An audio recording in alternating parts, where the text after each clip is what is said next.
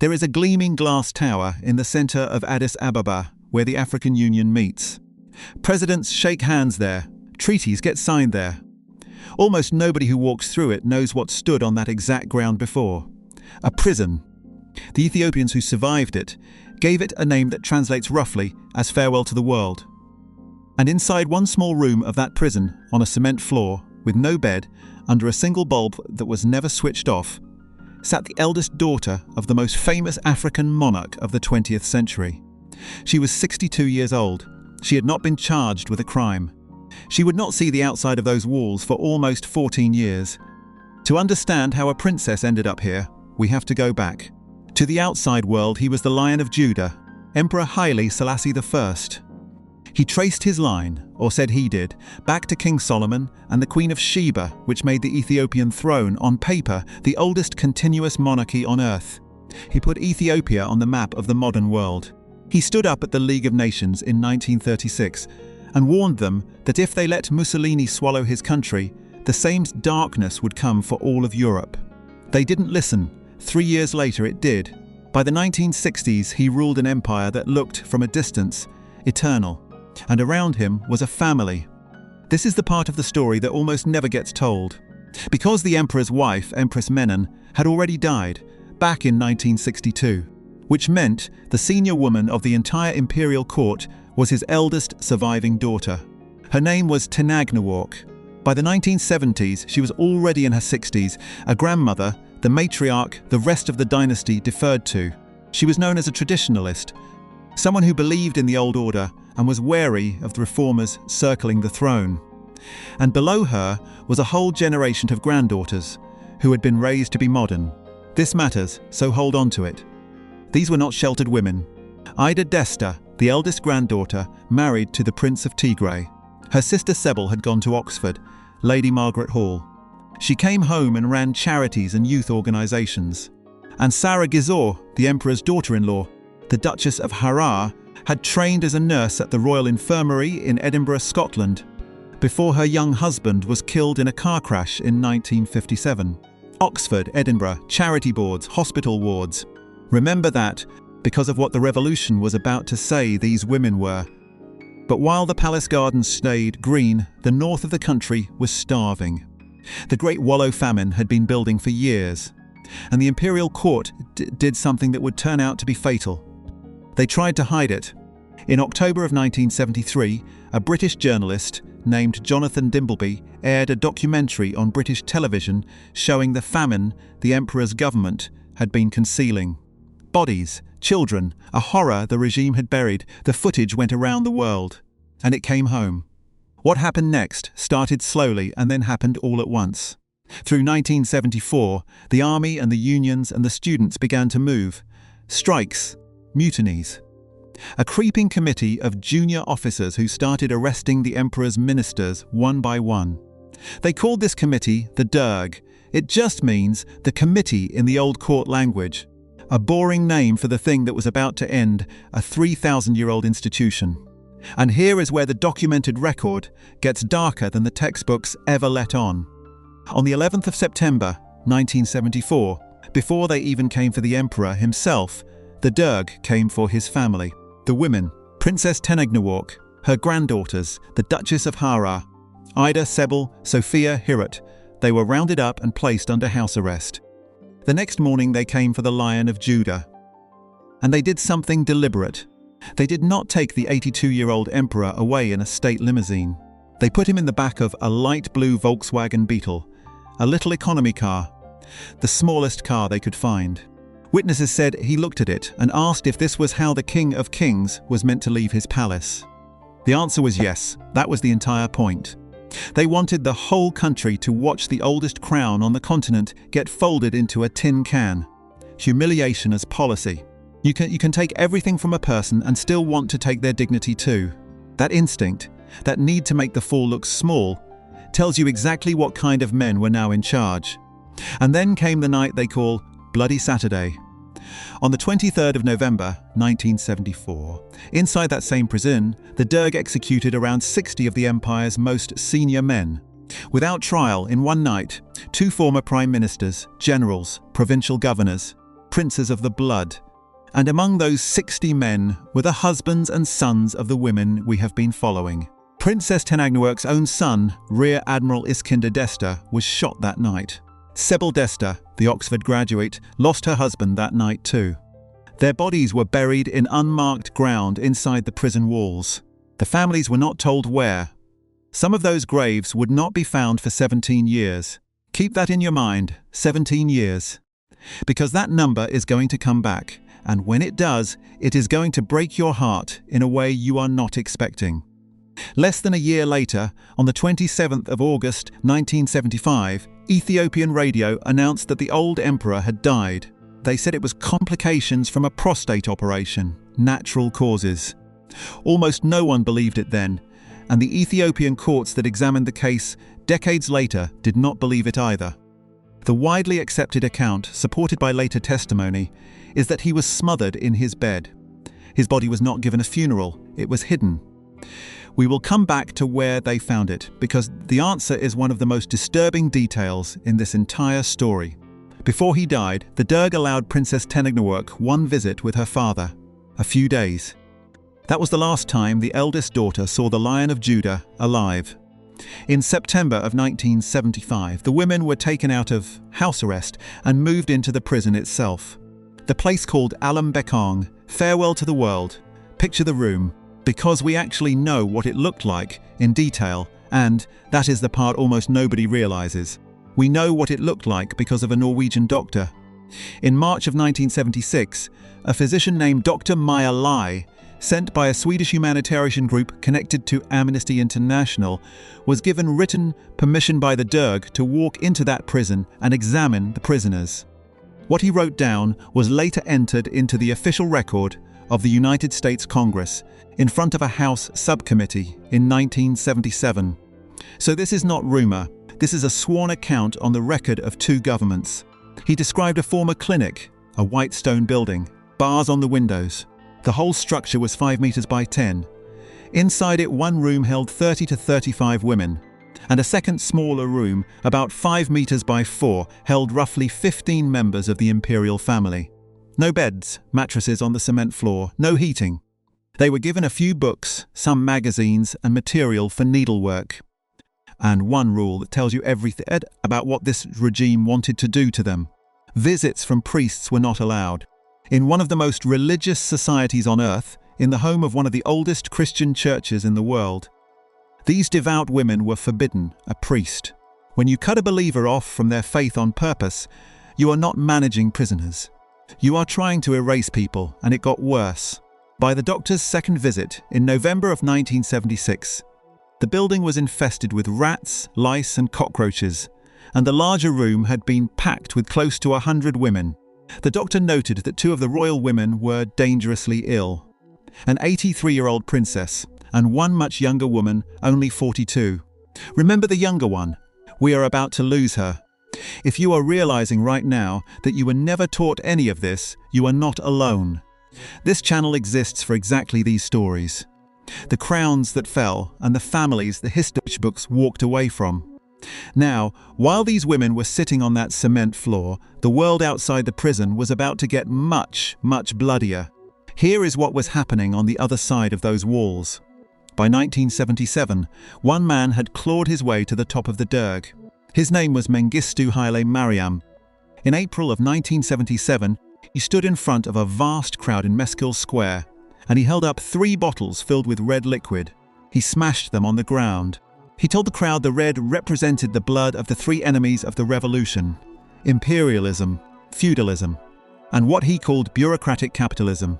And with that performance, he launched the period Ethiopians call the K Shibir, the Red Terror. Now here is where I have to stop and deal with something directly.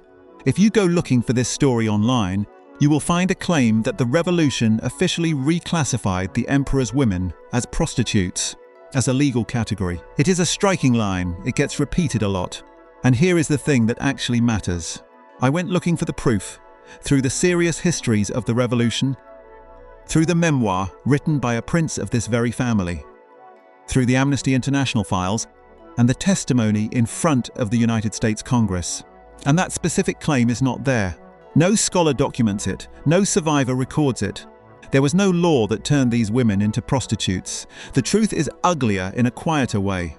Because what the regime actually did was decide what these women were worth as a class. And the word they used over and over, the word that shows up in the regime's own decree years later, was feudal. In the language of the revolution, the imperial family were not people. They were relics of a defunct feudal regime, parasites. In Mengistu's own private words to his inner circle, before the killings, they were bloodsuckers. Bloodsuckers. Think about what that does. A prostitute, at least, is still a person who has fallen. A bloodsucker is not a person at all. It is something you exterminate without guilt. That reframing, turning a grandmother who ran charities and a nurse trained in Edinburgh into vermin, that was the real reclassification. Not a label on a form, a label in the mind taught to a whole country. And once you have taught a country that certain people are not people, the killing becomes easy. During the Red Terror, the human rights organization Africa Watch later estimated that at least 10,000 people were killed in Addis Ababa alone in a single year. Probably as many again in the provinces.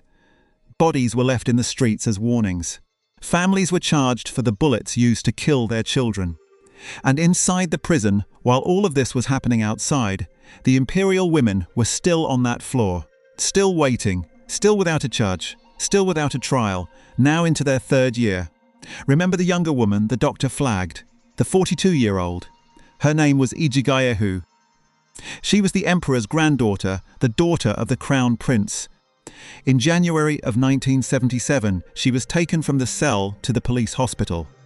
The official story was complications after surgery. The doctor's account tells a grimmer version. Severe dehydration, a body in no condition to survive an operation. A woman whose health had simply been allowed to collapse. She died at 42. Inside the system that had decided she was not a person, they buried her at a church in the city. Her family was in the same prison and could do nothing. She is the part of this story I cannot get past, not executed in a dramatic massacre. Just neglected to death, slowly, while the people who loved her sat in a room a few hundred meters away and were not allowed to hold her hand. And then the most unbearable part of the whole story, which is that nothing happened. For years. The seasons changed over the wall. The single bulb stayed on. The women got older. Princess Tenagnework developed a tremor. Her hands and her body began to shake. The matriarch of the oldest dynasty on the continent, shaking on a cement floor in the dark, with the light always on. Her husband, who had been out of the country when the monarchy fell, spent his last years in exile in London, trying to get her freed. He died there in 1981 without ever seeing her again. 7 years she had already been inside, and her own husband died on the other side of the world, a free man who could not free her. And there was one more cruelty waiting, specifically for the Duchess of Harar, that the regime saved for almost the very end. We will get there. Meanwhile, the outside world had not entirely forgotten them. A prince of the family, Asfawasan Asarate, whose own father had been one of the 60 men shot on Bloody Saturday, had escaped abroad and built an organization in Germany to campaign for their release. The British government raised it. The Americans raised it. Amnesty International raised it again and again, and for years the Derg simply said no. And then, on the 21st of May 1988, with the regime starting to crumble under war and famine and rebellion, the State Council issued an order, an amnesty, for, in the regime's own cold phrasing, members of the former royal family of the defunct feudal regime. The international wire services picked it up. Princess Tenagnework, Haile Selassie, they reported, 74 years old now, had been released along with several other relatives of the late emperor, after 14 years in detention. 14 years, sit with what that means. They went in as women in their 40s and 50s and 60s. They came out in their late 50s, their 70s. Sebel Desta had been a young Oxford-educated mother in 1974. She lost 14 years and her husband, Ida Desta, lost 14 years. Sophia Desta had spent so long in there that the contemporary accounts describe her psychological health as broken. And the Duchess of Harar, Sarah Gizor, the nurse from Edinburgh? Here is the cruelty I told you was waiting. The women were freed in 1988. But the men of the family were not released until the following year, 1989. And her son, Prince Dawit, who had been imprisoned too, died in Switzerland just days before that release. She survived 14 years of prison to walk free into the news that her boy was gone. That is the thing about a regime like this. It does not just take your freedom. It runs out the clock on everyone you love, so that survival itself becomes a kind of punishment. In 1991, the Derg finally collapsed. Mengistu fled the country. And Ethiopia went looking for the body of the emperor, it had been told, died of natural causes back in 1975. They found Haile Selassie's remains buried on the palace grounds.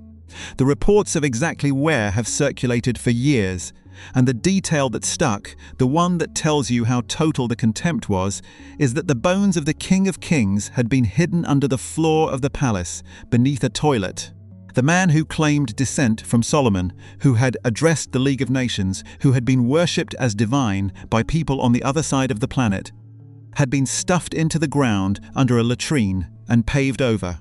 In November of 2000, 25 years after his death, he was finally given a proper burial at Holy Trinity Cathedral in Addis Ababa. Princess Tenagnework, freed at last, was there to bury her father. The government of the day refused to grant it the status of a state funeral. Even in death, even then, they would not call him an emperor.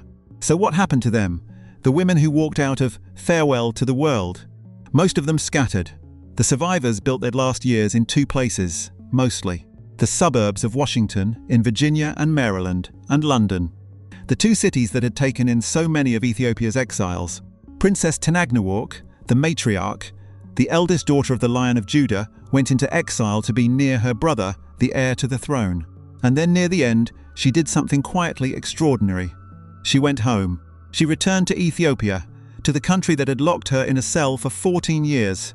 And she died there, in Addis Ababa, in 2003, at the age of 91. A patriarch of the Ethiopian Orthodox Church led her funeral.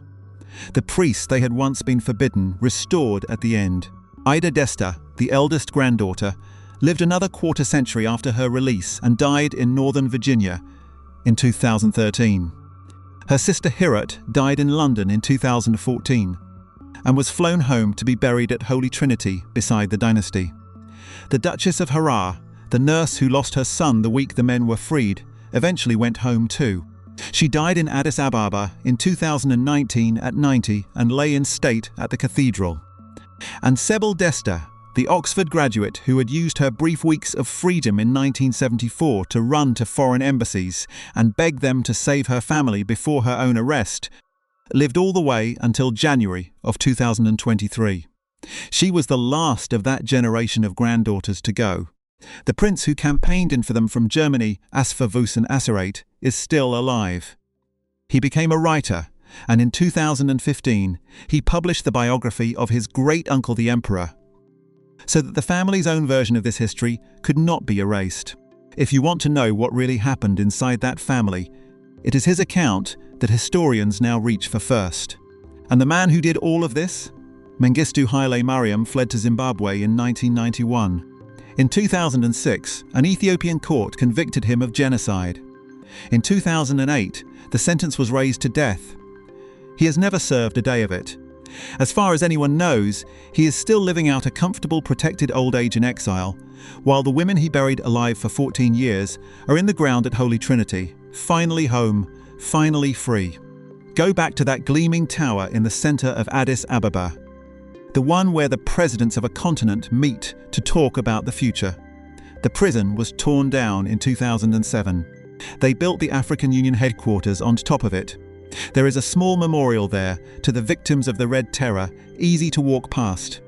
But the room with the cement floor and the bulb that never went out, the room where the emperor's eldest daughter shook in the dark and his granddaughter died at 42, that room is gone, paved over, just like the emperor under the palace floor. And maybe that is the real reason a story like this matters. Because a regime can decide you are not a person. It can call you a relic, a parasite, a bloodsucker. It can take 14 years and your husband and your son and your church and bury the evidence under a building. And it can almost work, almost. But Princess Tenagnework walked out at 74 and went home to bury her father with a priest at his side. Sebel Desta lived to see 2023. The prince in Frankfurt wrote the book. The names made it out of the room: Tenagnework, Ida, Sebla, Sophia Hirat Sarah, Ijigayehu. You just heard them. Which means the erasure failed. The Lion of Judah ruled for 44 years and the whole world knew his name. His daughters lost 14 years in the dark and almost no one knows theirs. Now you do. If this stayed with you, the story of another family the same century tried to erase is waiting for you right here. The exiled empress who carried a bag of her own country's soil through 7 nations. That one is on the screen now.